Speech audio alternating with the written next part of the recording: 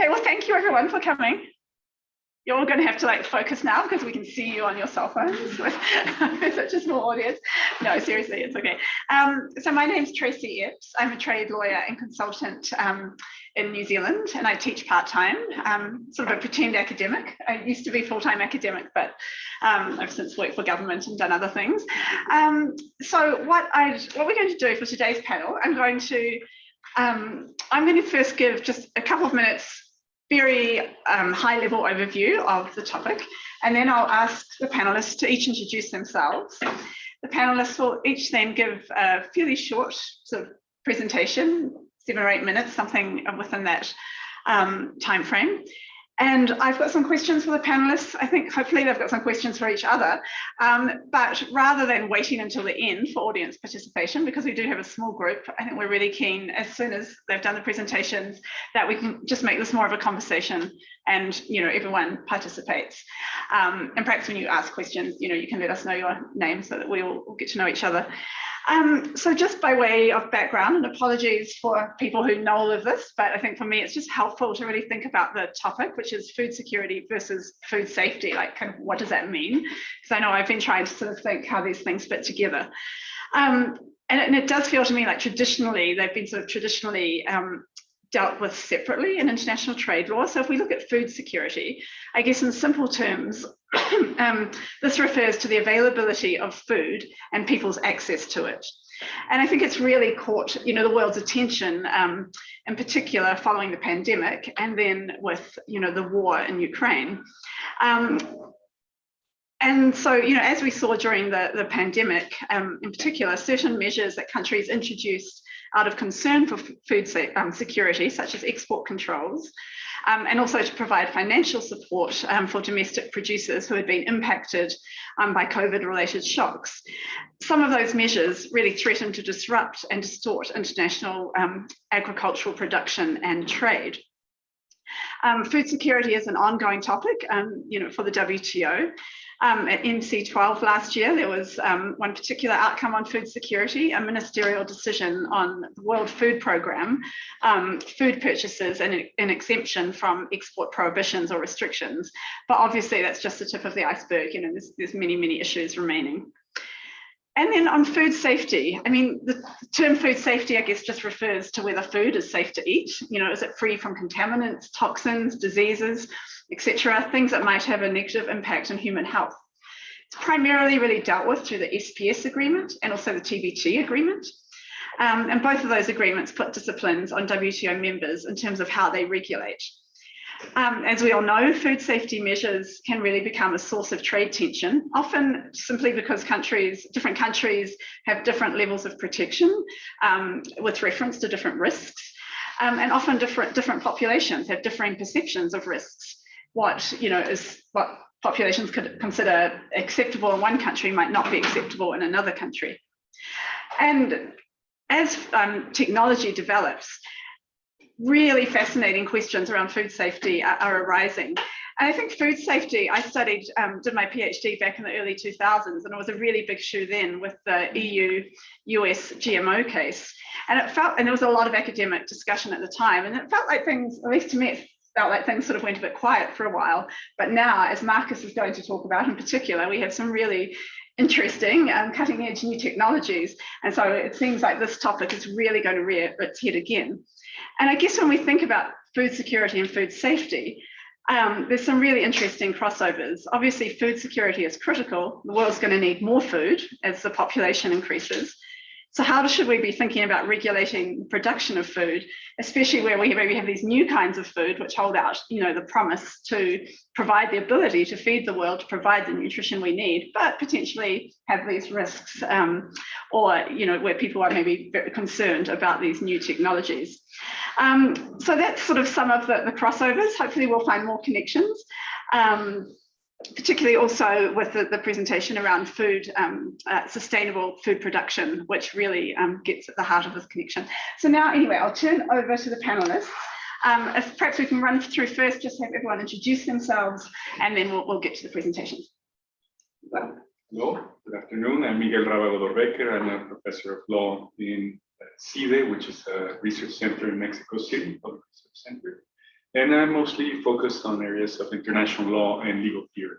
And I come from a different tradition. I used to work in international economic law, but I find myself as an interdisciplinary critical scholar, maybe, or scholar. My name is Marcus Wagner. I just recently got out of jail. Yeah, I'm actually not kidding. Wrongfully imprisoned, I should say. I thought that you had a shop in Florida. Yeah, well, I don't. That's the other Marcus Wagner that they should have picked up. No, I can't really say seriously because all of that happened. Right? So my name is Marcus Wagner. I am the Executive Vice President of SEAL. I'm actually very happy that you're all here. I'm also happy I'm here. And I'm Associate Professor at the University of Wollongong in Australia, where I deal mostly with international economic law and governance. I do say both, right? Because I think we need to think much more beyond the narrow confines of whatever legal text we have in front of us. If anything, the last 2 weeks have shown me that you need to think about law in terms of getting me out of jail. You need to think about law, not just in the narrow confines of, say, criminal law, but also of how you get someone out, right? And what levers you need to pull in order to make things happen. And I don't think, I'm not saying that that we as lawyers don't have a role to play. I think we have an important role to play, and we need to make that clear to the other disciplines, right? And so that the project here that I'm going to be presenting on cultivated foods, which might mean nothing to you yet, is part of that. Thank you. Good afternoon, everyone. My name is Vishakha Srivastava. I work as a senior research fellow at the Center for WTO Studies in New Delhi, India. So what my center does is we advise the government of India, primarily the Ministry of Commerce and Industry, in trade-related matters. I primarily work in non-tariff measures, SPS and TBT measures, and also in areas such as trade and sustainable development and national security measures. It's nice to meet you. Hi everyone, I am Asutosh. I work as a research fellow at the Center for Trade and Investment Law, New Delhi, India. My primary job is to advise Government of India on various policy matters. Other than that, I also take part in various ongoing negotiations which India is a party to. And very recently, I'm part of IPEF supply chain agreement also. I'm very excited to present in front of all of you and look forward to interesting questions. Great, thank you so much. All right, well, we'll turn now to Miguel. Okay, I have a small image in our presentation. Just a disclaimer, when I'm not a professor of law, I want to be a performance and visual artist. Well, my presentation is called Mexican Counterpart Between Maize and Sugar, a Chronicle of the Sweet Wars. Okay. First, you have to go to this guy, no? Fernando Ortiz. Fernando Ortiz was a Cuban anthropologist. He wrote this book in the 30s, no? And it's called Contrapunto Cubano del Tabaco y del Azúcar, which is Cuban counterpoint of tobacco and sugar. And it's basically a history of Cuba from two crops, no? And I tried to steal this idea. I mean, Fernando Ortiz is one of the great anthropologists. In the University of Heidelberg, you have a center based on his concept he developed, which is basically transculturality, no? And I tried to take this idea of the counterpoint, which is a musical term in which you have various voices, instrumental voices, and as Bach did wonderfully, you try to combine, you try to make harmony out of those different points, no? And he tells a story of Cuba through sugar and through tobacco, and he counterpoints it basically just a basic introduction, that sugar is the massive slavery, plantation economy that we all know, and there's a lot to say about that, no? And tobacco is kind of this fine artistry measure in which the Cuban culture is represented more closely, but both are part of Cuban culture. So it's a very interesting book. I recommend it a lot. My point is that at least in the recent trade disputes with the US in agriculture, sugar and corn would play that part, that count. So that's the analogy, no? And what are those sweet wars? It sounds better in Spanish, no? Guerras dulces. But basically the US and Mexico have a very integrated market, as you know, and it's being integrated even more. Food issues are high up in the agenda of the Biden administration. They're also in the decree, the presidential decree, in which they're being national security after the COVID pandemic, no? And which is a market which is going to provide, or which can provide in any crisis arriving, Mexican market seems to be. But Mexico is also an importer of, great importer of agricultural products, especially corn. So with sugar, you kind of have a dispute that runs alongside the interest of the sugar industry in Mexico, which basically wants to produce sugar for soft drinks, because we are also a country which consumes, sadly enough, for all of patients of diabetes like me, a lot of sugar and a lot of high fructose. No? So, which is why there's Mexican cola in the US. I don't know what which is supposed to be different. I don't know. I haven't had Coca-Cola in years. First for ideological reasons, and then for health reasons. But it's supposed to be better. That's the thing. And there's a special market. So, and also, I mean, the health industry in Mexico and the Office for Consumption and everything have been very keen on pointing out to high sugary beverages as part of a national health program. So the thing is that I tried to bring an anthropological perspective to all of this, and legal geography perspective, in which we don't have just the disputes regarding the big industries or the arbitration panels under Chapter 11 of NAFTA, which have now been basically changed into SMECA, no? But you also have in the dumping measures and the World Trade Organization panels and appellate decision on sugar, no? And on high fructose, no? And also the disputes and negotiations around sugar and around corn. But you also have the impact on the right to food and health in Mexico. Another thing that struck me and why I was compelled to start working on this project, since I was more leaning into legal theory in other areas, is because 10 years after NAFTA, I think this was in 2004, 2005, I'm not sure, I saw Jaime Serra Pucho, which was the chief negotiator of NAFTA for the Mexican counterpart, then Secretary of Commerce, and then a very not very well remembered Secretary of Finance, who brought us into one of the biggest financial crises in 1994. And then there's no policy of rotating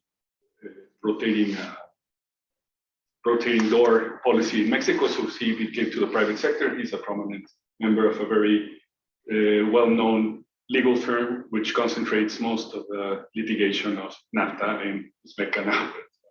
So he said, corn was not important in the negotiations in NAFTA.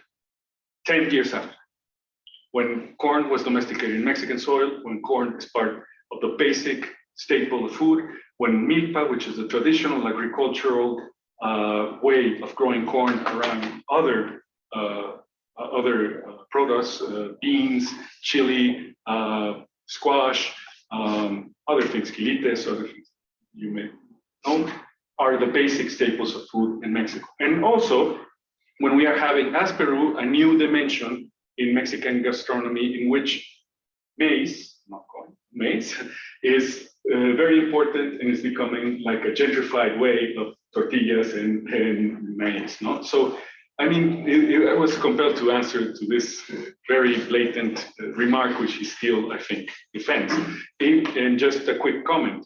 He was in the same government that a very noted Mexican anthropologist, Arturo Barman, was the Secretary of Agriculture, and his PhD thesis was on the importance of maize in Mexican culture throughout Mexican history. So you should know it. No? But still, the thing is that this counterpoint in trade measures, and just to end there, has been in the 2000, in the early 2000s, there's another recent history story. No? The Fox administration, which was the first presidency, which wasn't by the Free Party, which came after several electoral reforms, but was right-wing leaning, no? Did something which is very strange for a right-wing government, expropriated all the sugar industry in Mexico in 2001. And that was done because high fructose products, especially in the soft drink industry and processed food sectors, were basically destroying the sugar industry in Mexico. And also the trade restrictions of the US, formal and informal, were also destroying the sugar industry. So he nationalized it, and that in turn became, it was also accompanied by a new tax law regarding high fructose, and also by a restraint and quota restraints on high fructose imported from the US. So this is the start of the sugar wars, or the sweet wars, whatever you want to call them, in which we had WTO panels, appellatory decision, we had Chapter 20 of NAFTA panels, we had 4, Chapter 11 arbitrations regarding the expropriation decree, regarding the taxing, the increase in taxing and the quotas, also as expropriatory measures for US companies, including Midland Archer, including other big food companies against Mexico. Some of those cases, especially, strangely enough, the expropriation cases were won, but the ones of the tariff quotas and the tax systems were lost, accumulating, I don't know, 150, hundreds of dollars.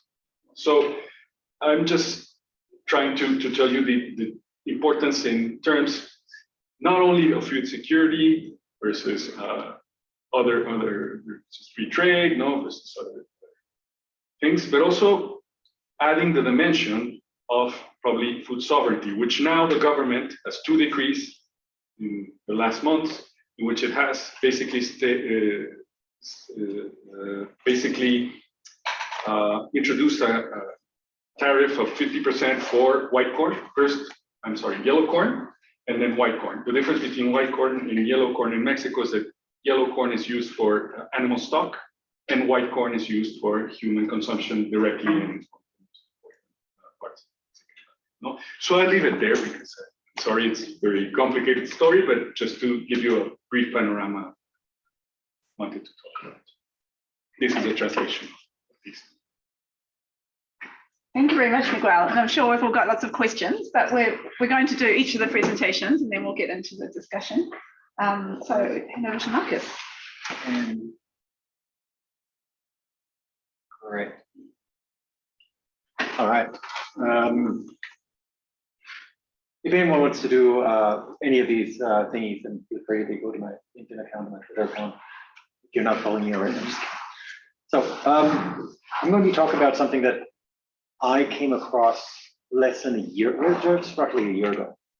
And, let me ask you, if you look at cultivated foods in international trade law, right, towards achieving food security and civil development, nice title, don't really care about it. Who knows what cultivated foods are? Any guesses, right?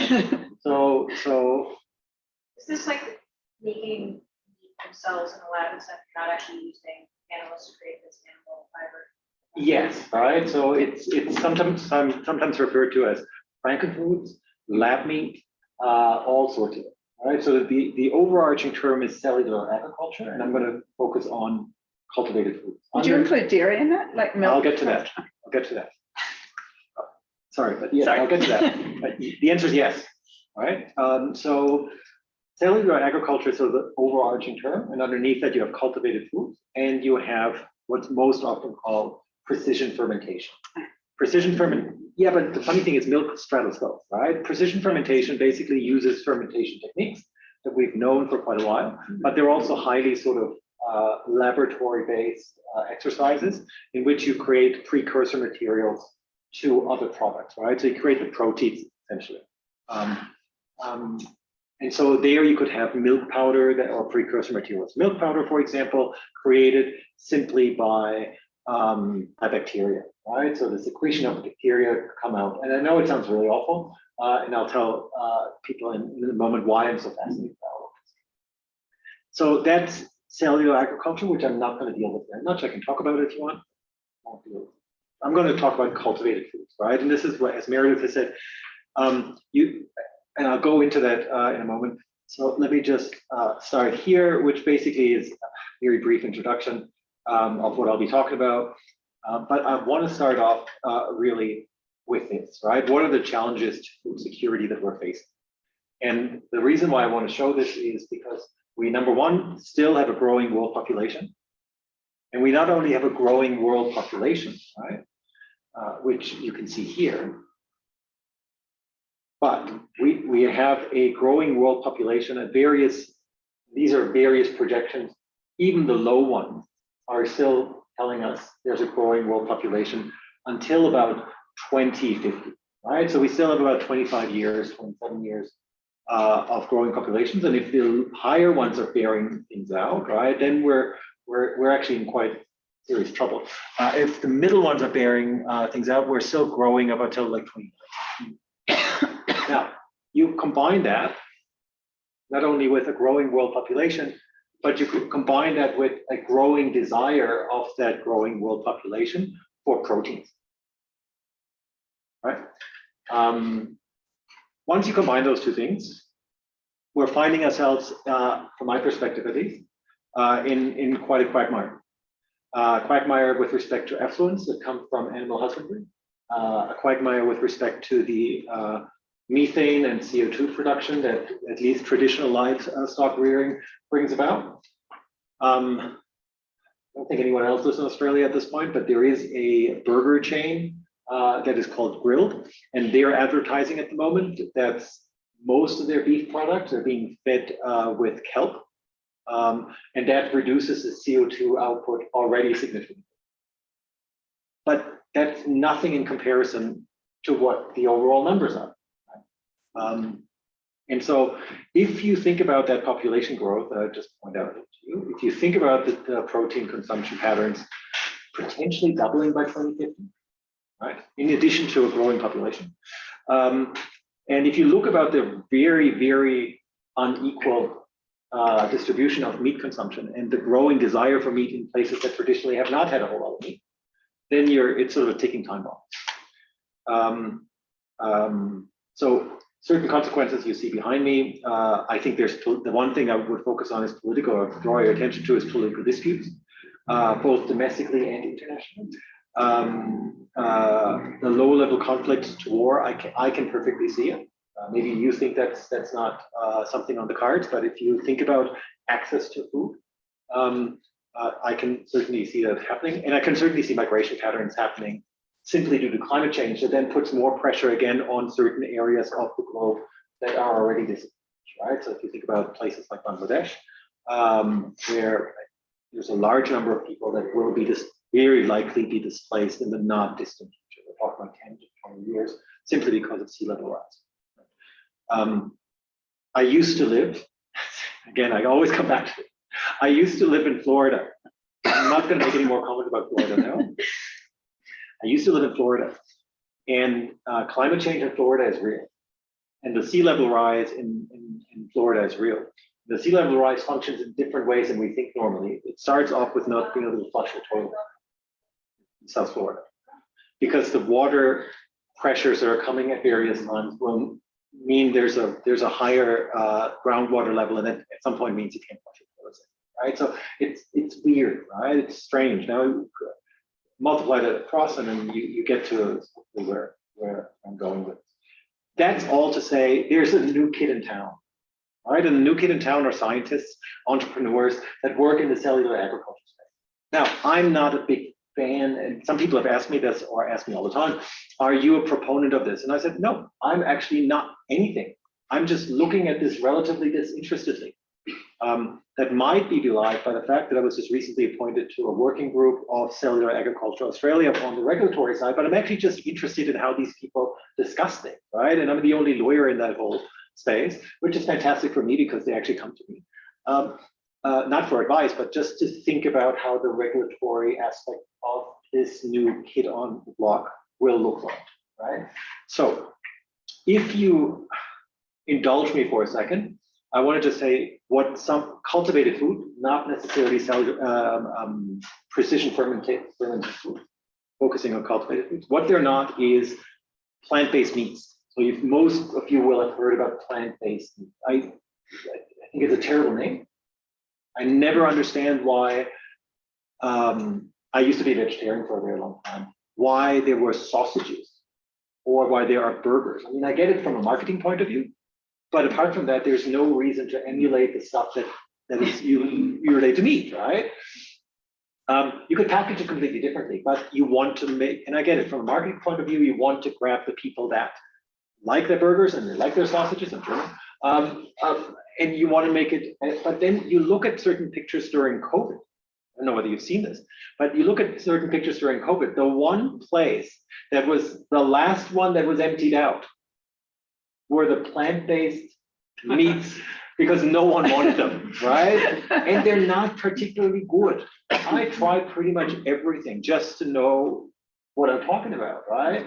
And some of them are absolutely terrible, right? But anyway, so they're also not necessarily, and I say this with that proviso, not necessarily genetically modified organism based. They could be, but they don't have to. All right, so let's get around that. Now, what are they actually? They're genuine animal meats. So Meredith, as you said, you do harm an animal to a certain degree because you're taking cells out of an animal. Look, if you're on the hard side of animal protection, you will find that despicable, and that's fine. I will leave you on that side, and I'm not going to argue with you over that. But if you think about it in terms of the invasive element, it's much less invasive than killing an animal, right? I think we can agree on that. The animal lives happily ever after, well, not ever after, until it dies, right? Like we all do. Right, but so that's the short version. So you can see that sorry, I haven't actually moved that on there. The short version is this, and I'm happy to share the slides with you if you want later on. But basically, what you do is you take the cell out of the animal, you extract the stem cell, you at the moment, you still use an animal nutrient medium, which is oftentimes bovine fetal serum, that actually harms animals, but that will very likely be produced either artificially or plant-based in the near future, right? So you're taking that off the table. Sophia is looking at all of this and is like completely aghast, actually. I'm not sure whether I'm reading your facial expression correctly, but I'm like, God. It's a brave new world that we'll all live in the not very distant future, right? Then you put that growth medium on top of the cells. Eventually, and I'm not going to go into all the details, there's a lattice element involved where that has to latch onto, and like your bones, right? And then the muscle grows eventually. And what you get are muscle fibers.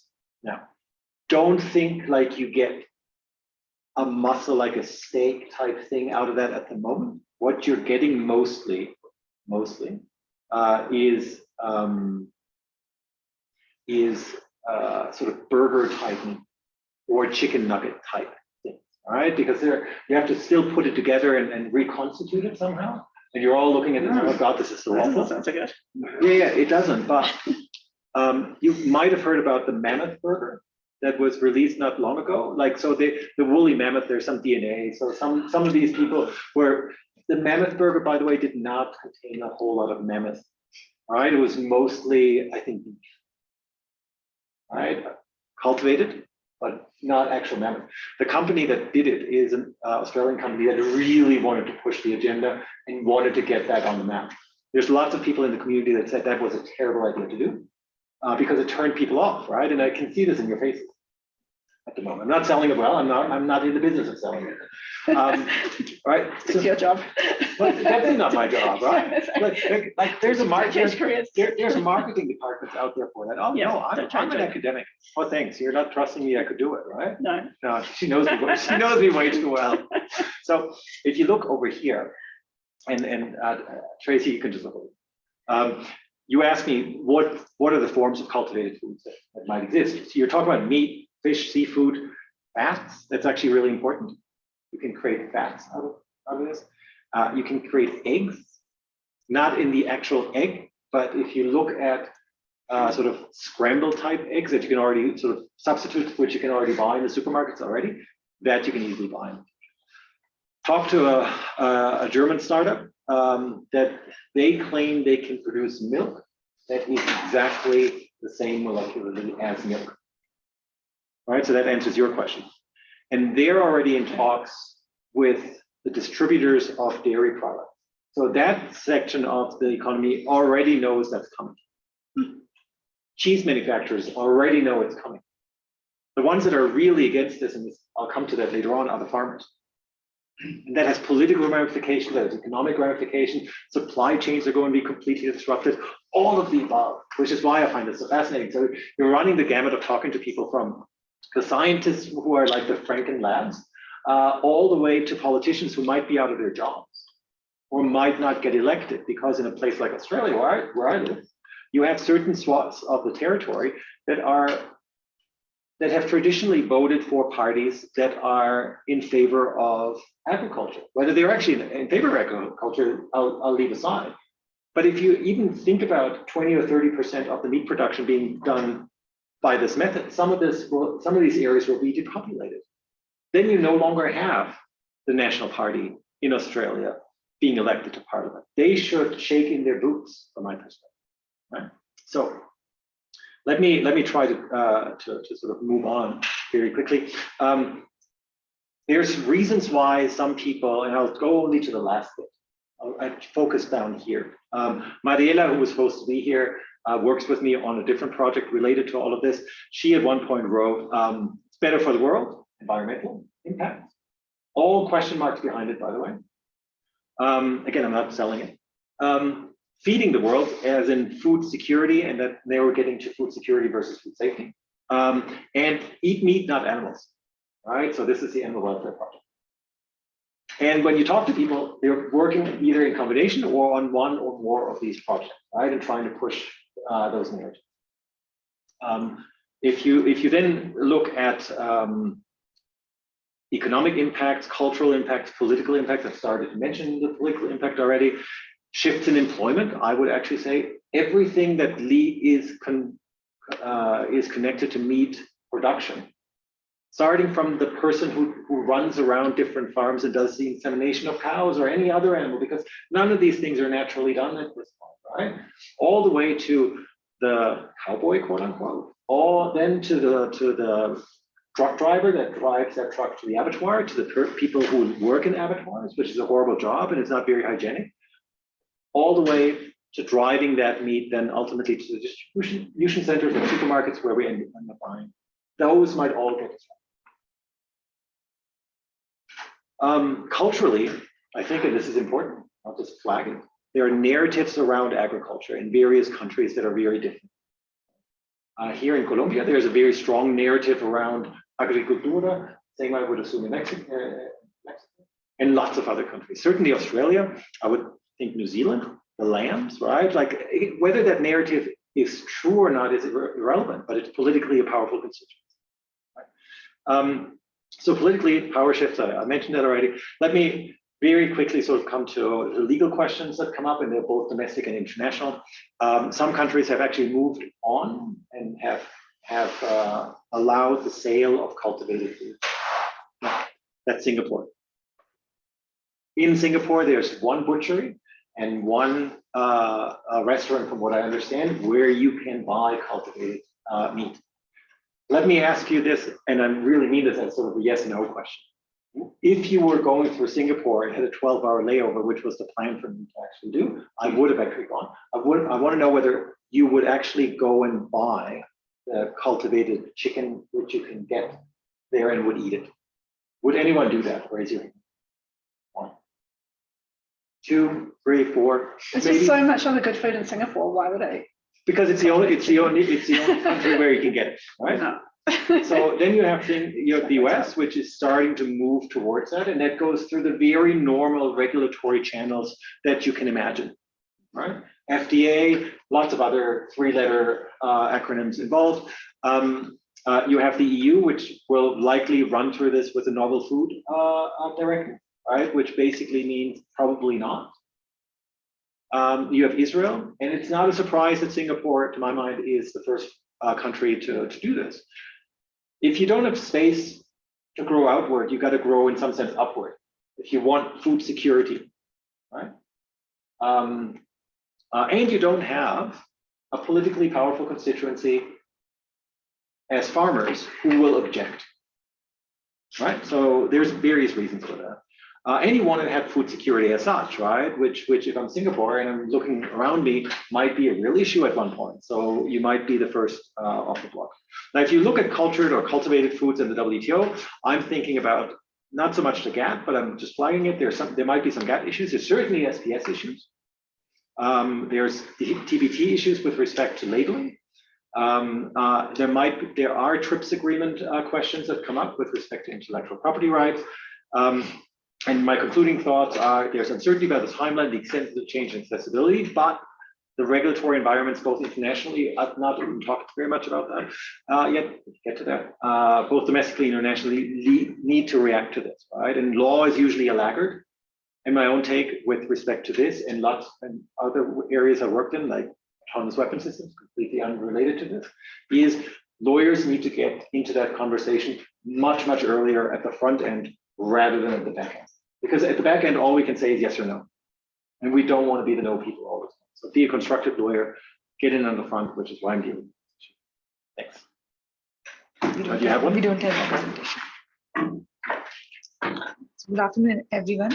At the outset, I would like to say that this project would not have been possible without Marcus and the other Marcus who committed the crime in Florida. this Marcus and Ashutosh and I are very thankful to him for his time and invaluable inputs. So the topic of our article is a clash of paradigms, sustainable food systems and international trade law.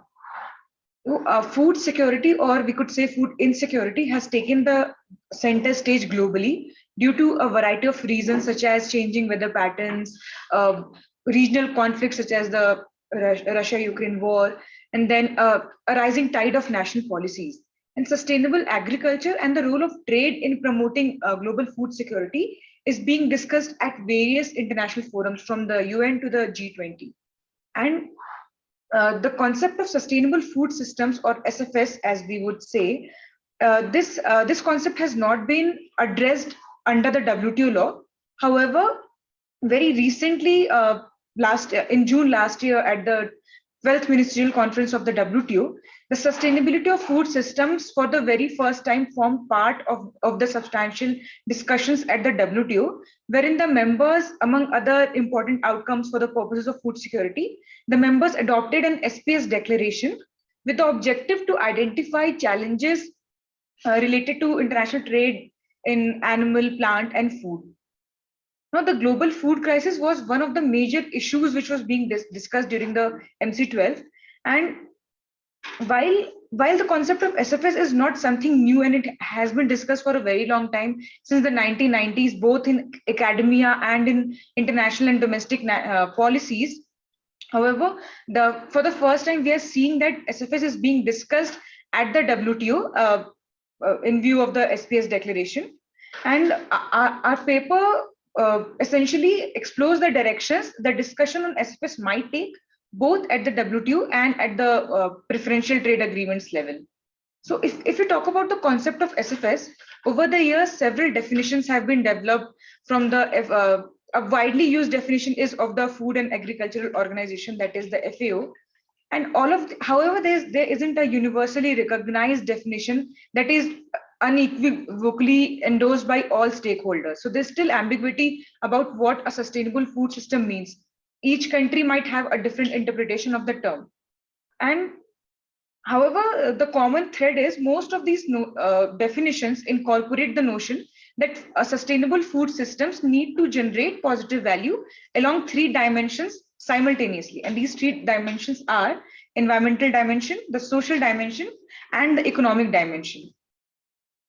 And in order to achieve the ideal of sustainable food systems, all the 3 dimensions of sustainability should be addressed.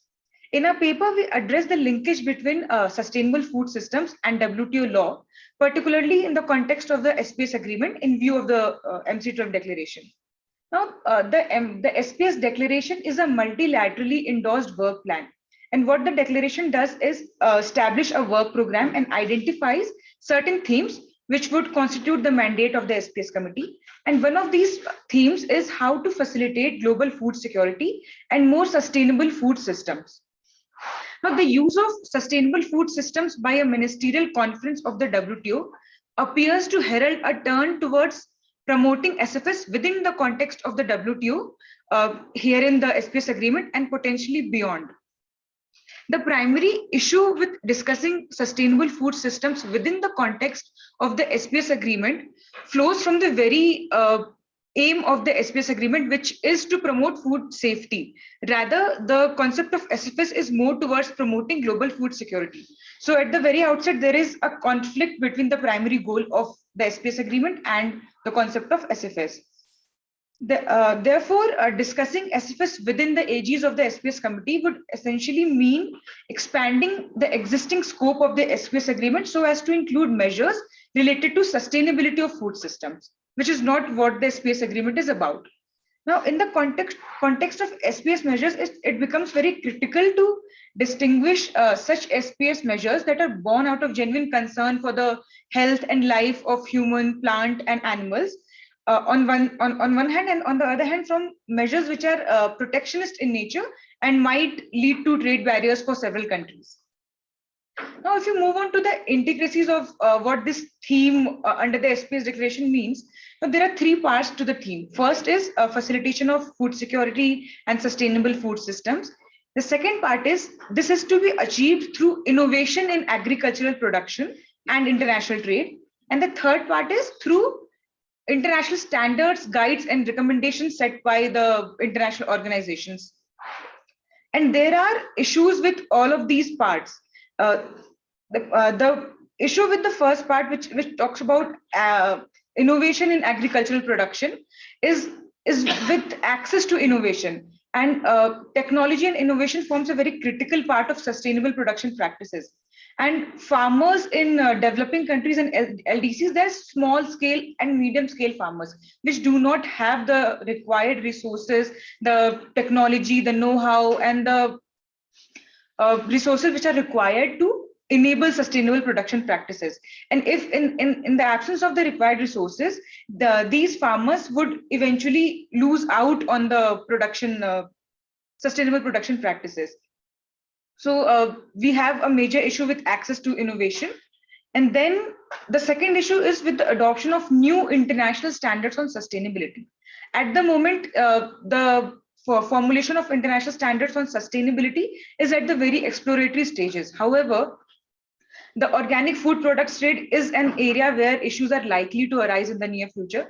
Theoretically, if we say under the objective of promoting SFS, a country requires that only organic food products are imported into that territory, then in such case, all the trade in agricultural products into that particular country will get affected.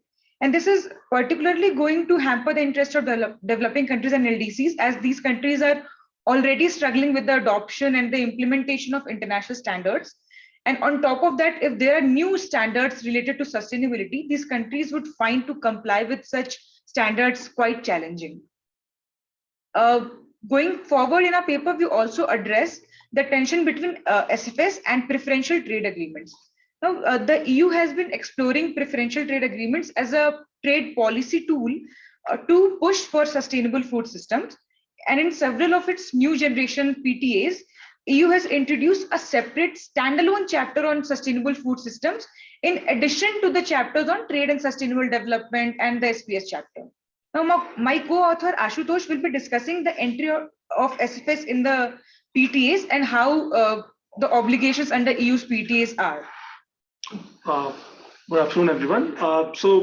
As you heard, sustainable food system, while a long debated issue, is a new area to be negotiated as part of preferential trade agreements. Now, I will focus on tracing the sustainable food system related obligations in trade agreements, core obligations which are featuring into these sustainable food related obligations, nature of these obligations and potential implication. Now, this is very recent development. The one agreement that I could trace was Japan-Australia 2015 Economic Partnership Agreement, wherein there is a chapter on food supply. It doesn't cover sustainability entirely, sustainability of food system entirely, but it deals with the supply aspect. And this only deals with certain food items, which they have called essential food items, which includes meat, milk, cream, cheese. You can see all items covering protein requirements. Then Then there are EU's new generational preferential trade agreements. And there are 4 agreements particularly which contains a dedicated chapter to sustainable food system. These are New Zealand, EU's agreement with New Zealand and EU's proposal to Chile, Indonesia and India, which is still in the ongoing negotiation stage. Now, the reason for EU to propose a dedicated chapter on sustainable food system is not very clear at this stage. However, there are two official documents which points towards change in domestic policy. There is one joint statement of the EU's Council, Commission and Parliament, which talks about proactive engagement at the multilateral level concerning the application of EU's health and environmental standards to the imported agricultural product. And second is the report of the EU Commission to the EU Parliament and Council, which recognizes that food system is responsible for a significant portion of greenhouse gas emissions. And further, it also underlines EU's ambition to become a global leader in food sustainability by promoting sustainable food system at international level through its trade agreement. So probably this is one of the reasons why we are seeing a lot of dedicated sustainable food system chapter in EU's agreement. Now coming to what are these core obligations? And I would like to highlight in the beginning that this the EU proposal to Indonesia, India, and Chile is probably the most ambitious text that they have proposed. And the one agreed with New Zealand has a lot of obligations which are differing in nature and has different impact levels. So in terms of core provision and obligations, the chapter on sustainable food system have provisions concerning obligations and declaratory provisions concerning cooperation to improve the sustainability, fight against food fraud, food loss and waste, reduction in use of chemical at the production stage, animal welfare standards, cooperation in multilateral forum, etc. Now, some of these issues, such as plant health and animal welfare standards, are already dealt under SPS agreement. And interestingly, this proposed SFS chapter applies in addition to the existing obligations under SPS, TBT, and a dedicated chapter on sustainability. Now, the applicability of dispute settlement is not clear at this stage, especially with regard to the EU's proposal to Indonesia, Chile, and India. And most probably, dispute settlement will not be applicable. However, there is one provision which raises concern. So, EU's proposal to these 3 developing countries has proposed a subcommittee under SPS committee, which is supposed to oversee the action plan and implementation of the obligations undertaken under these chapters, which has the potential to turn these seemingly cooperation provisions into hard obligations going forward. Now, this is all with regard to EU's proposal. I would prefer to answer later in form of questions. Now, to borrow the words of Professor Veera from the first roundtable, she says setting a standard is new colonialism.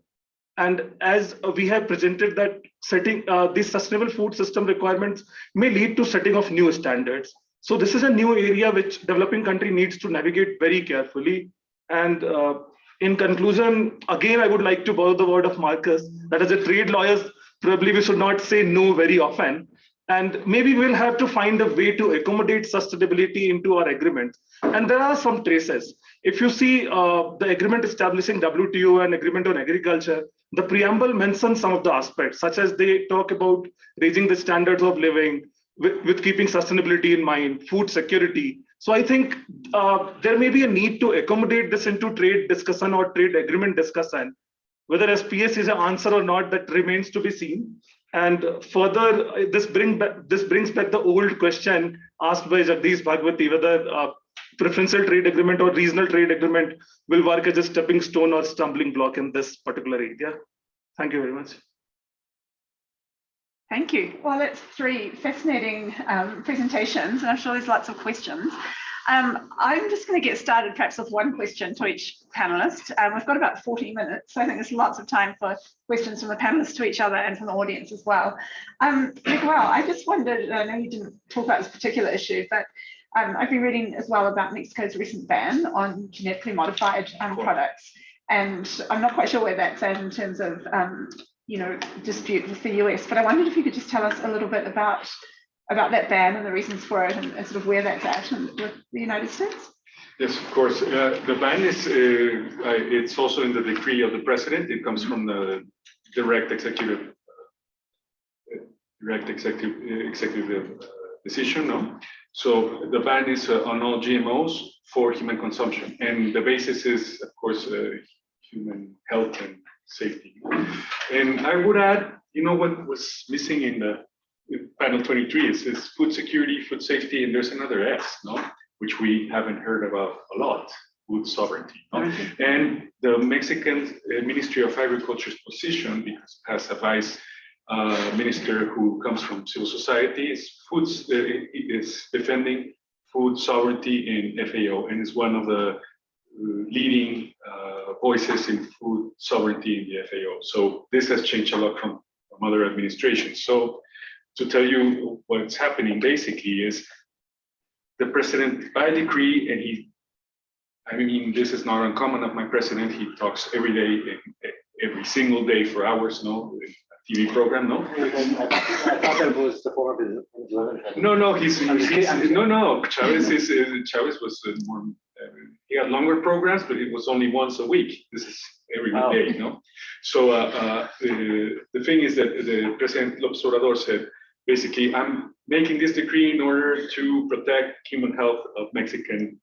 And then, this is when I can see the Minister of Agriculture and the Minister of Commerce going back to this, and to protect Mexican industry and to buy our own corn. So, I mean, this is a problem with the measure. No, it's clearly also a protection of the market. I mean, but still, this is an ongoing conflict with the U.S. because if you know the history of NAFTA, there's been quite parallel agreements regarding corn, regarding sugar, of course, and it's always a big piece of negotiation. The last week, I think the director, or I don't know what's the formal title of the Association of Corn Producing, or the exact acronym of association in Illinois said, this is a big problem. We have GMO seeds planted now in Illinois, and it takes a year to send to Mexico. It's, I don't know what percentage of their production goes to Mexico. So basically what's gonna maybe happen, in my opinion, there's gonna be a bilateral negotiation in which there's gonna be a further period in which there would be some accommodation for these farmers, no? And afterwards there's gonna be an implementation of the ban periodically, I think so, no? Or maybe the president says complete ban. But there's a difference between white corn and yellow corn. Yellow corn in Mexico is mostly used for animal feed because it's not the staple that's used in all the production of tortillas and tamales and 90% of Mexican cuisine. So and white corn is used for that. So the first ban was on yellow corn, and then this is something I want to point out. We should think about processes now and the value chains now also.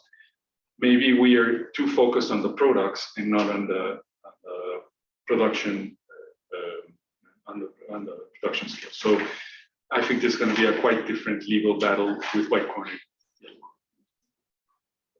So is there a genuine health concern at some level in Mexico, or is that just a front? Well, I have to make a disclaimer. I come from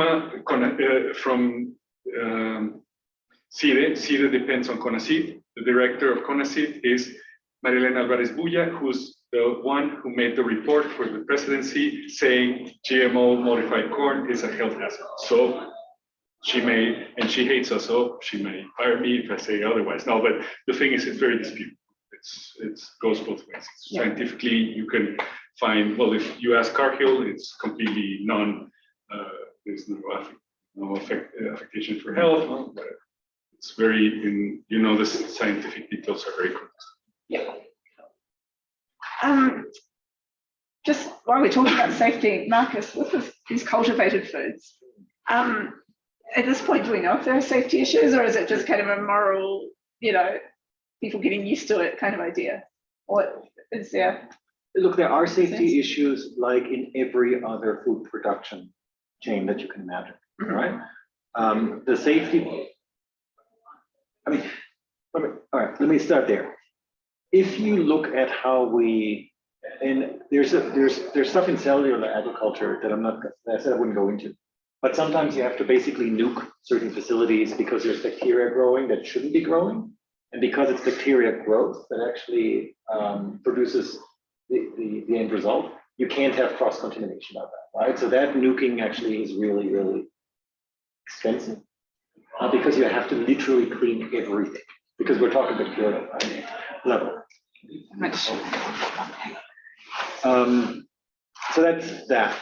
Now, if you think about, and most of us don't, right? If you think about the production of animal products, it's about the non-prettiest way of producing food. And I'm not saying this as a former vegetarian, I eat meat by now, but if you think about the sanitary implications of food production, they're actually pretty horrible, right? Like everything having to do with the killing of the animals, having to do with even the transport of the animals, the killing of the animals, the exposure of workers in this process, the exposure of fecal matter, I'm sorry to be that blunt, but with whatever we eat, it's not sanitary, right? So I'm not saying this to defend. All I'm saying is we need to put this in relation to I think that's sort of intellectually honest. We need to put this into relation to what the alternative might be.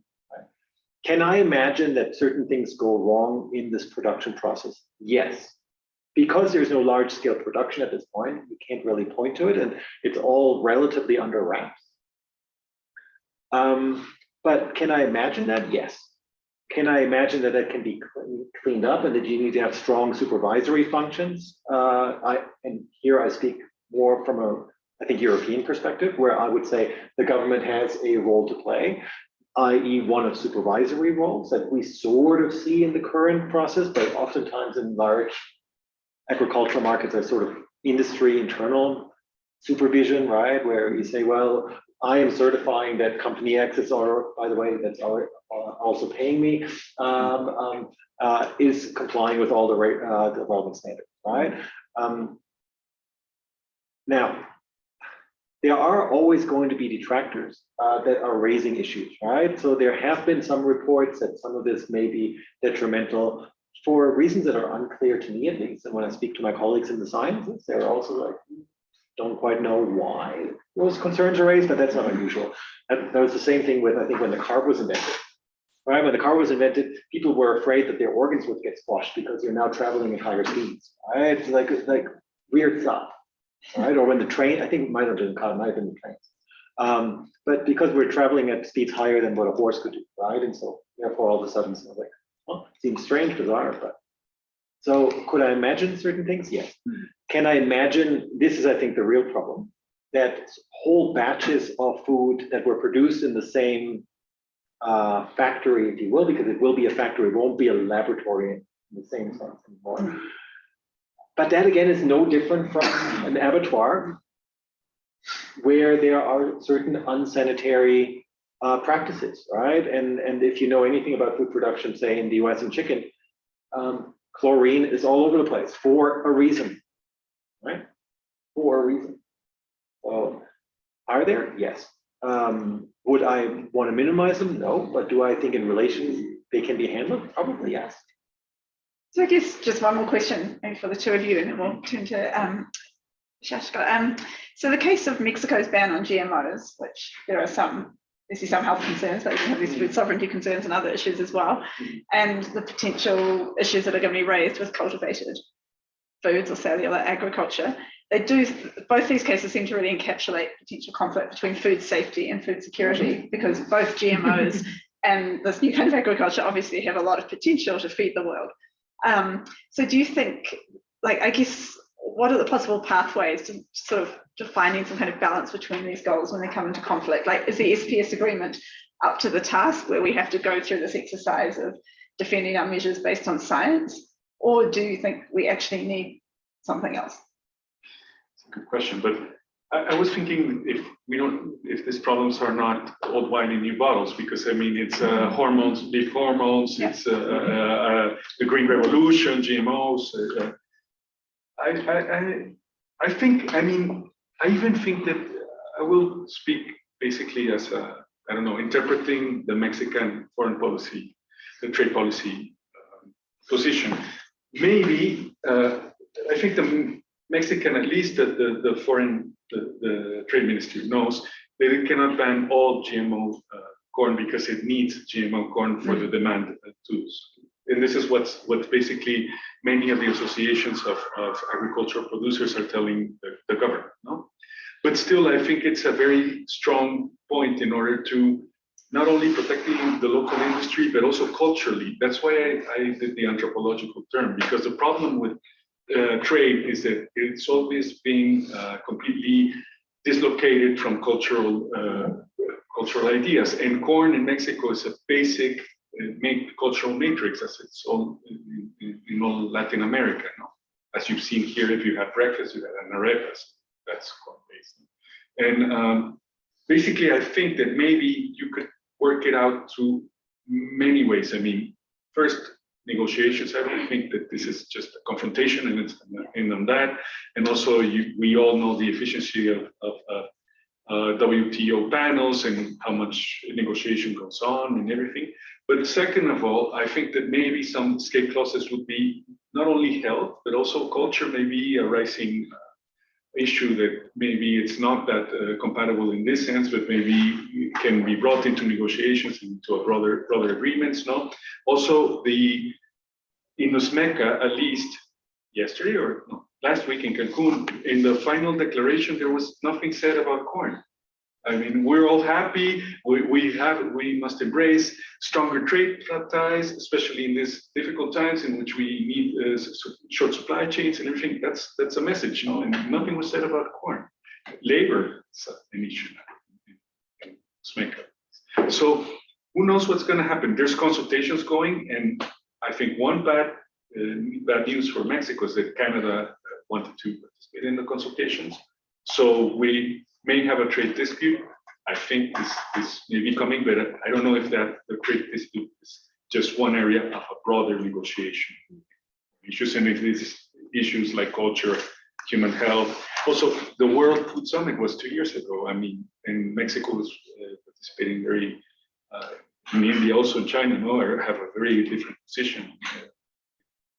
The World Food Summit, and the UN Special Rapporteur for food, for the right to food, is now talking a lot about food systems and global food systems and global trade in food. So I think there are much more complicated elements that can be brought into negotiation. Same for me. So let me just sort of think about whether the SPS agreement is up to the task, right? And I sort of wish I was sitting on the other side now with my, I can't help to use that term, partners in crime, haha.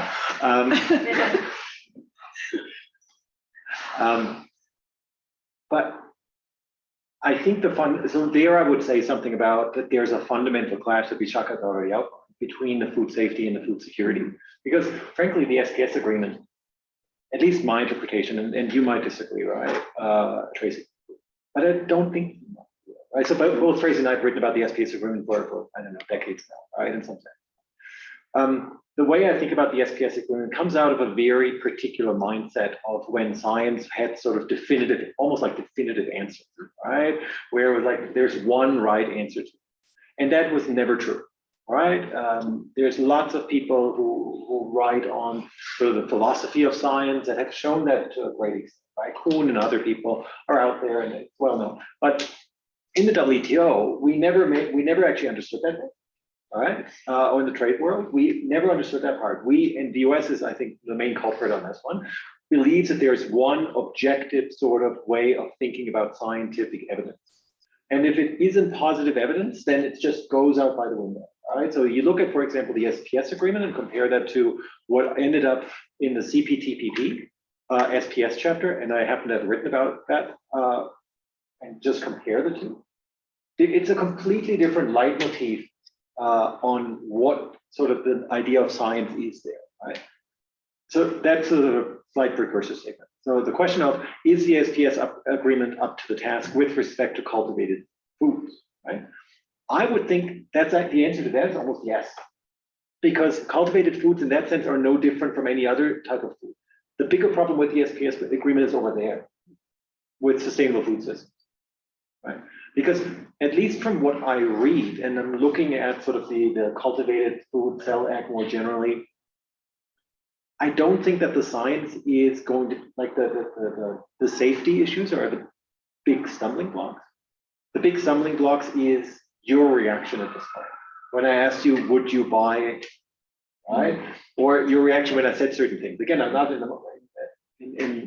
I'm not trying to sell this. I'm just trying to sort of expose people to, in about 10 years, my prediction is we will all have the opportunity to buy cultivated foods.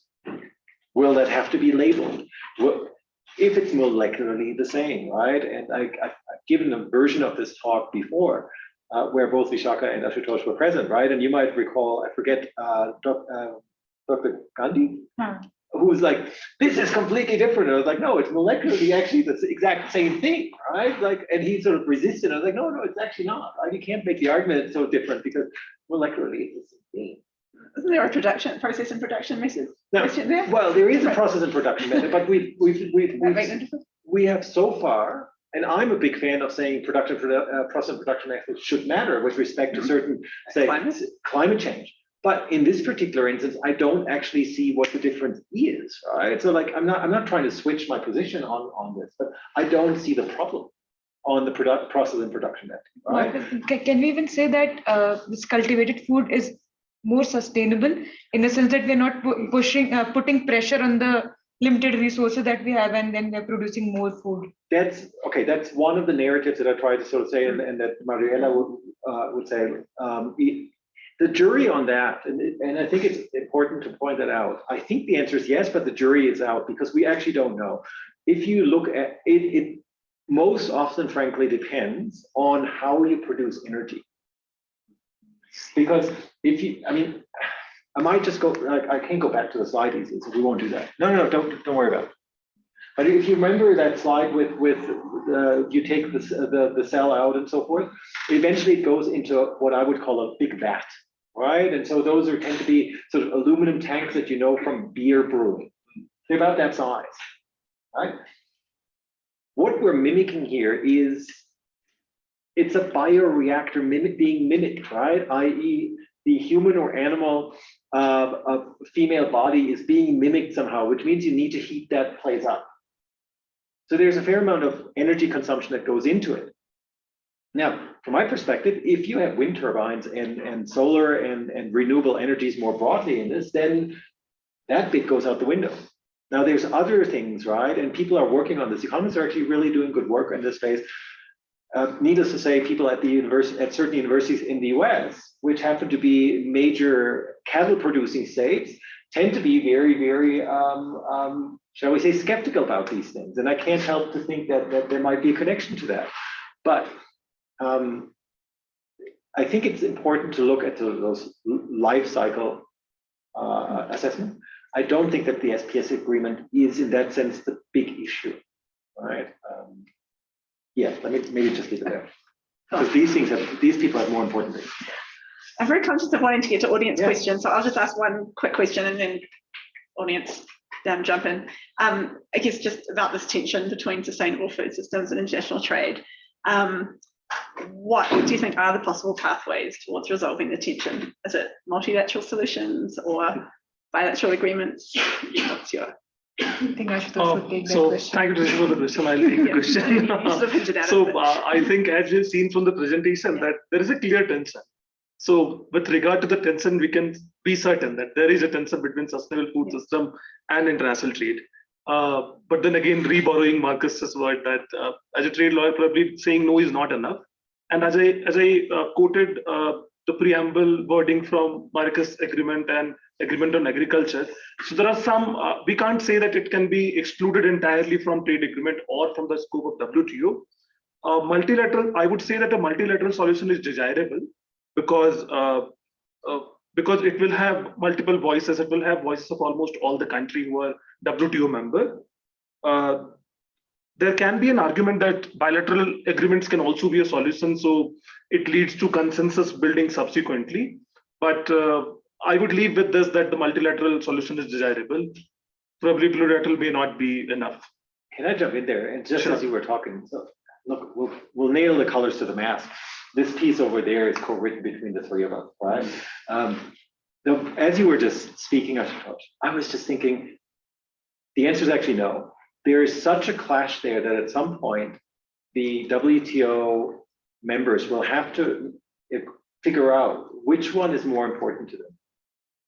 Food safety, which we should not discard entirely, or the sustainability and food security element, right?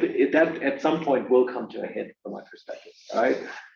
Sorry to jump in there. Yeah, and even if I recollect from the discussions which have been happening under the SPS committee on this issue, a lot of countries are against discussing SFS within the context of SPS. It is primarily the EU which we can say wants to push its own domestic policy, and it's already doing it in its FTAs, and it also wants it to discuss at the multilateral level. Because the term SFS is used only by the EU. Other major countries, for example, the US, it uses the term sustainable agriculture, not sustainable food system, because sustainable agriculture is something which flows from the SDGs. SDGs talk about sustainable production, sustainable consumption, sustainable agricultural practices. So that is fine. But then specific reference to sustainable food systems in the context of the SPS agreement is something which is problematic. Can I? Yep, one question from Miguel and then audience. No question, just a Yeah, remark. go ahead. But there's also a fourth world perspective. I mean, there's agroecology. Those many indigenous people are talking about agroecology in other ways. And some governments are taking that idea into trade negotiations and rather or trade restrictions, other areas of international trade law.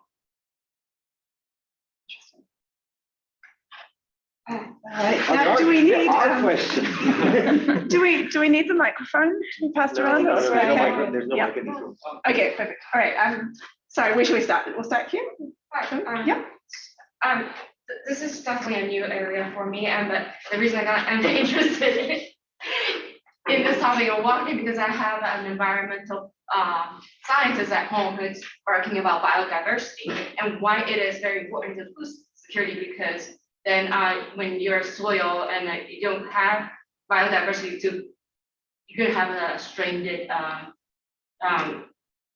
your survivability of like certain plants are going to go extinct. And so how do we just follow up what you said, and how do we marry the two? You're trying to distinguish them, but I feel like they're, I mean, based on, I'm not a scientist nor an expert in this topic, right? So how do you marry the two, and how do you, and also on that topic, many scientists are arguing that to ensure the sustainable agriculture is to have localized regional food supply chains, and that leads to fragmentation of food supply chains and our supply chains. So what are your thoughts on that, and how does IEL play into that?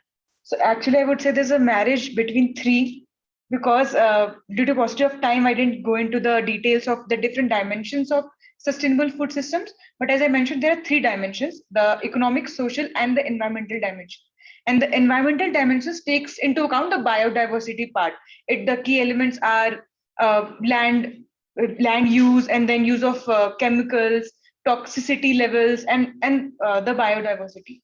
So when we talk about SFS, all of these elements have to be looked into and combined so as to achieve the objective of SFS. And that's why it is very difficult to, sort of take care of all the factors. For example, the social dimension, it is very difficult to factor in or quantify what do you mean by the social dimension, because it majorly focuses on inclusion of the vulnerable groups, which are characterized on the basis of gender, race, and then income groups. And then there comes the economic dimensions, which talks about jobs, tax revenues, and enhancing the productivity at large.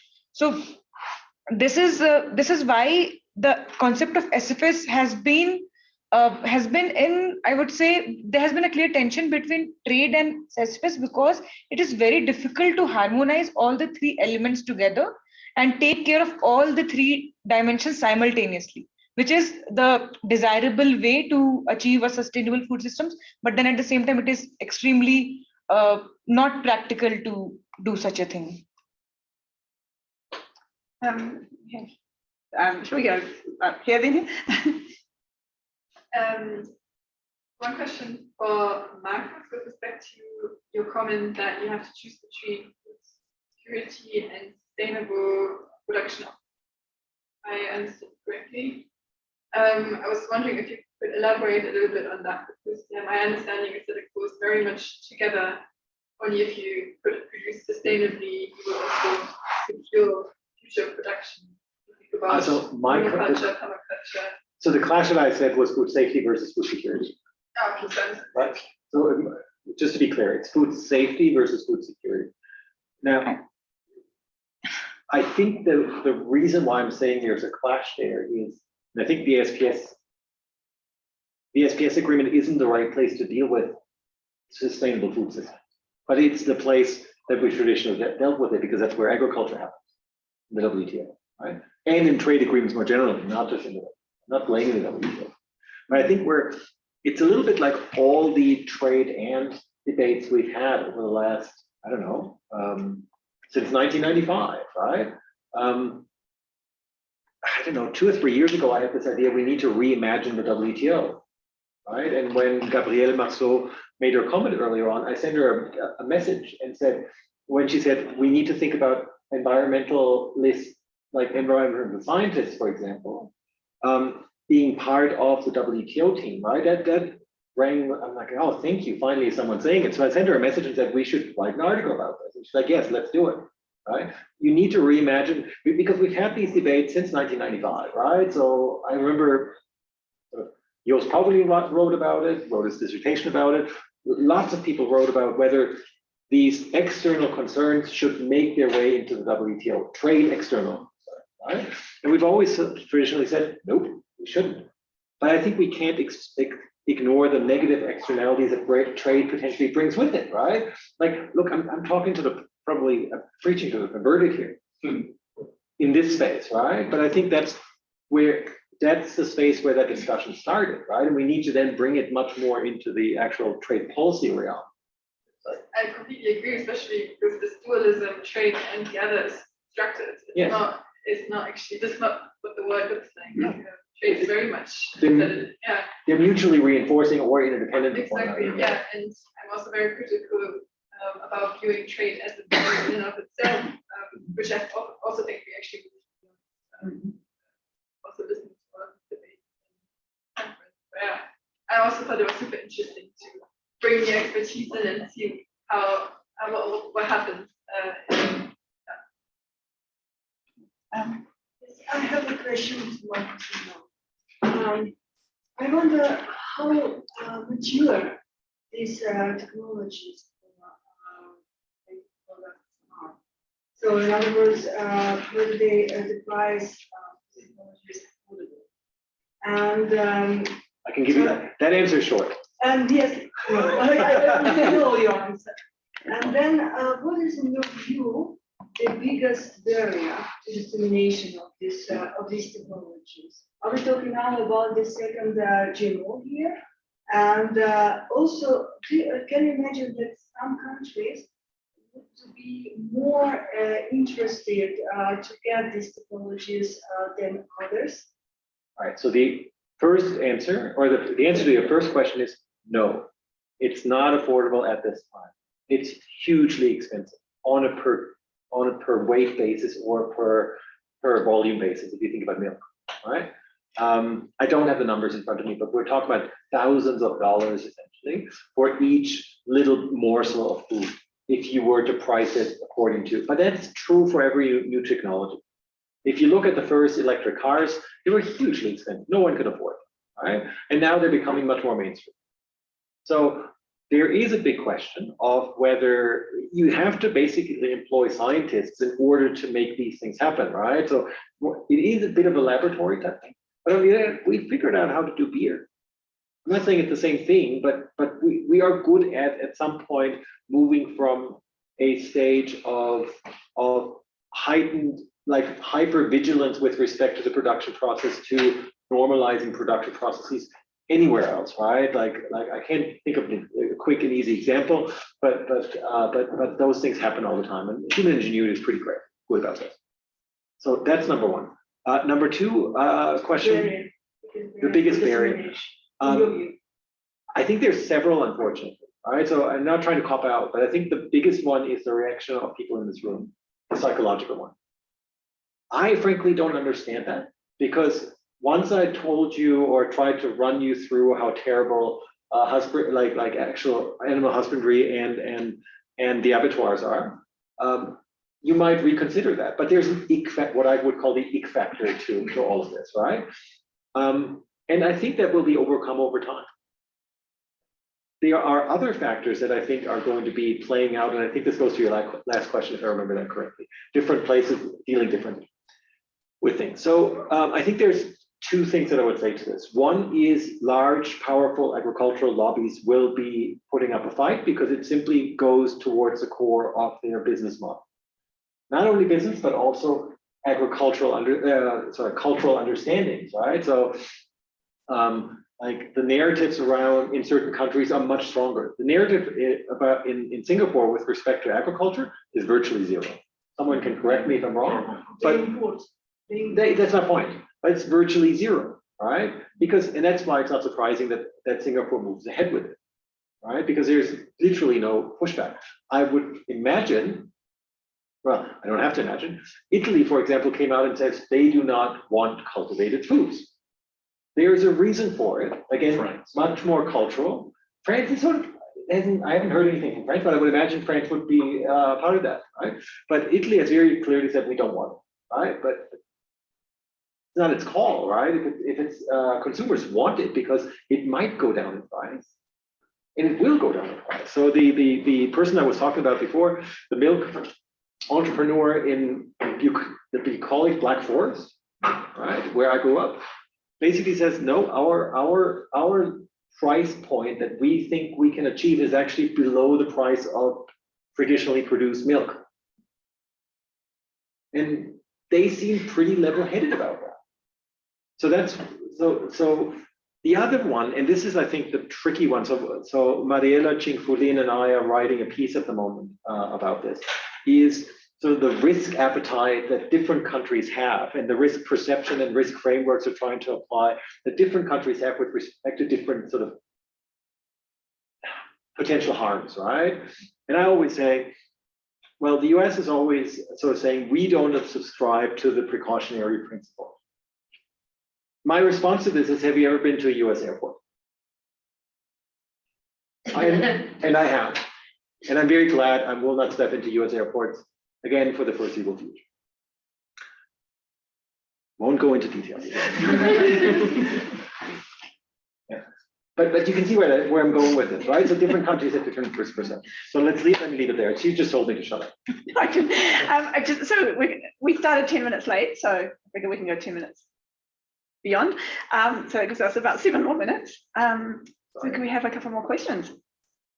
No, it's good. Meredith. I'm just looking what comes after this. Sorry, I'm responding. Is that okay? I'm just assuming it's okay to go a little bit. There's a half-hour break. Okay. And that will run late. Okay. So first a comment to Miguel and then a question. Just to say that when I started practicing, my law firm had represented Mexico in the NAFTA, and we did a lot of stuff on sugar, and I represented Mexican agricultural. So I feel Mexico's pain, but this does seem a little bit like old wine in new bottles to now ban GMO corn. But anyway, we'll see how it plays out. I guess my question is thinking about the S of sustainability, about climate change. Well, climate change issue. I'm wondering whether food safety is going to become invoked less in a protectionist, what I'll call a protectionist way, which is how I personally view the GMO issue to have been. I mean, like you just said with respect to the cultivated foods, if you don't want to eat it, don't eat it. Then why are you going to ban it, right? And it seems like the impact of having more animals, right, or the ability to perhaps have fewer animals by virtue of cultivating meat, the ability to use less fertilizer in GM crops. Those impacts, it seems to me, I guess my question is, do you agree, or do you think that over time, as the climate emergency becomes even more clearly emergency, that more and more countries are just going to say, look, I mean, we understand that feed everyone, we're going to need to not just do things the way we've been doing things. And that's just to feed people. But then there's the additional climate impact where we should have fewer animals. We should use less fertilizer. So I'm going to throw that question over to you two, because I've already spoken too much. I might say a little bit something when we can talk about this after. But You want to add on? By the way, you don't know this, they're married. So when she's like, do you want to, he says, no, that might be. So to answer that question, I would just say that this is an accepted fact that climate change is real, and we need to move towards more sustainable food systems, ideally. But then the issue is that a one-size-fits-all approach is not going to help. As we have also been seeing in the discussions which has been happening in relation to the MC12 declaration, countries have been saying, especially the developing countries like Paraguay and Mexico, these countries are producers of tropical fruits. And if we take the issue of MRL, the MRL issue, which is the maximum residue levels found in food products, plant products. So these countries, due to their geography and the inherent climatic conditions, they are more prone to certain issues, which the countries which are more cooler and in the higher altitude, these countries are not.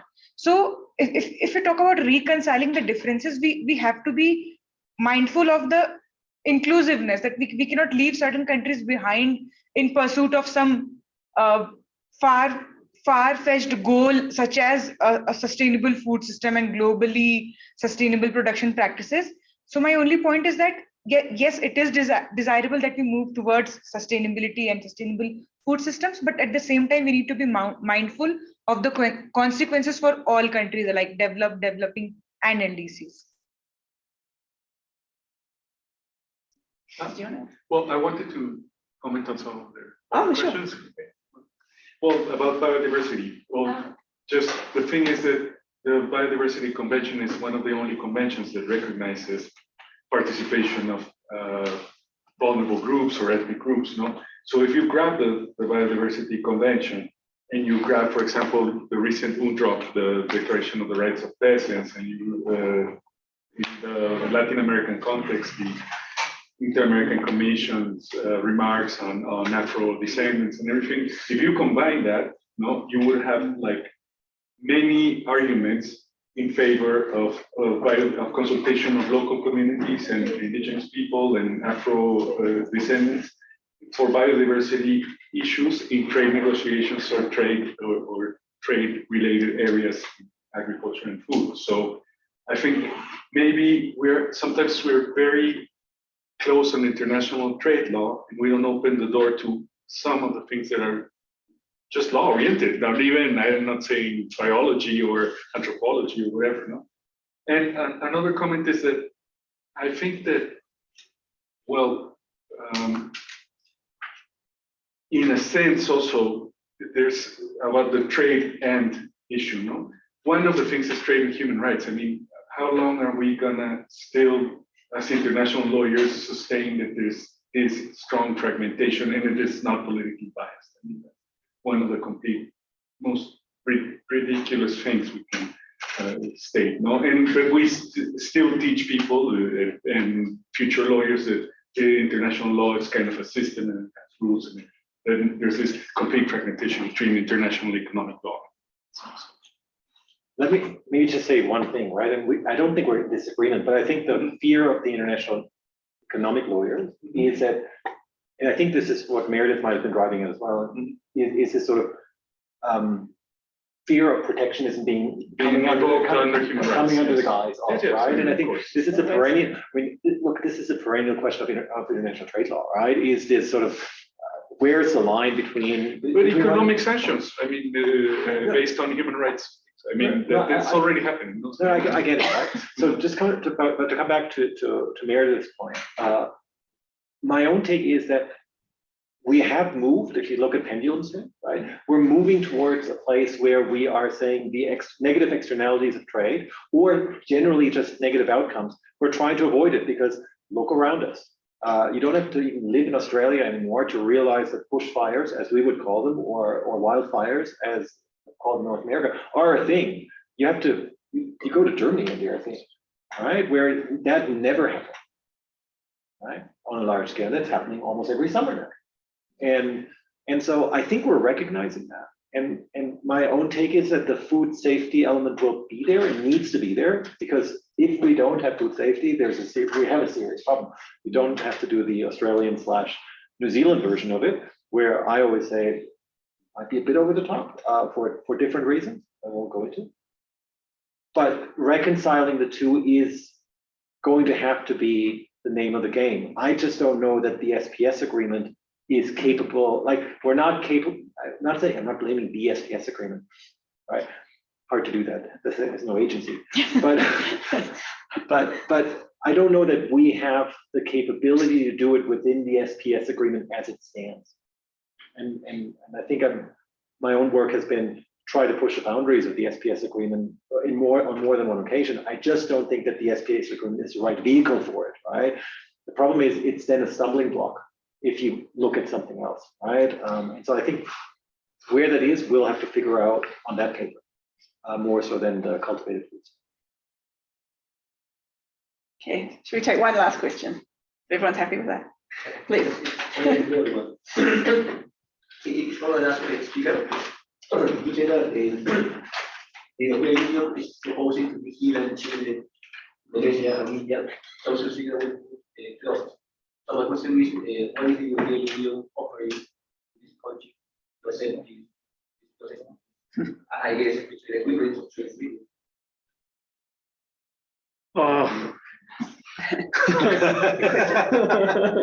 That is a tricky question. I think that some of the countries don't have the option. It comes as a package. So Yes, that is the because, thing. yes, to add to it, because as far as I'm aware, the EU has a very strong policy that they won't go ahead with the FTA or the preferential trade agreement if you don't agree to a sustainable food systems chapter. So what option do the countries have which want to enter into an agreement with the EU? So the EU has a very strong push towards promoting sustainable food systems, given that it wants to be a leader in sustainability practices. And Can I follow up on that? Because I don't know the answer to that, right? We had the discussion over breakfast this morning, sorry. But do you have a sense, of whether the EU is doing this for protectionist? The question to me is that being done for protectionist purposes? Because if it's not, then to my mind, then it's not as much of a trade issue rather than maybe a process issue. And that's what we talked about this morning, right? Of the take it or leave it approach, and you being the hegemon and the bully that just says you take it or leave it, right? And I said this morning, I can't disagree with the policy of wanting that, but I disagree with the way that, with the process, right? Does that make sense? yes, I think often it's a template issue as well. Like there might be a particular partner where they want to push a particular agenda, but they need to have it everywhere because they need to say to country X, well, Just such and such did it, such and such did it. Right? You know, I was going to ask about that as well, because I was wondering, you know, all these cooperation provisions and and it's going to look different. It's between two developing, the EU and a developing country versus say the EU and New Zealand. And I think you mentioned New Zealand's one being not quite as looking different than what's being proposed. And I think that was, maybe people should talk to our negotiators and see how they got it there. Yeah. Sorry, I think we are over time. So I'm sure everyone is happy to continue the conversation in the break. So feel free to stay and chat, but we should probably formally draw the questions.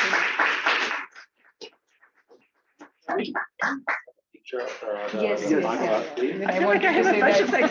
But seriously, I don't know the details, but I know that what the EU proposed was not how India. And New Zealand doesn't have law.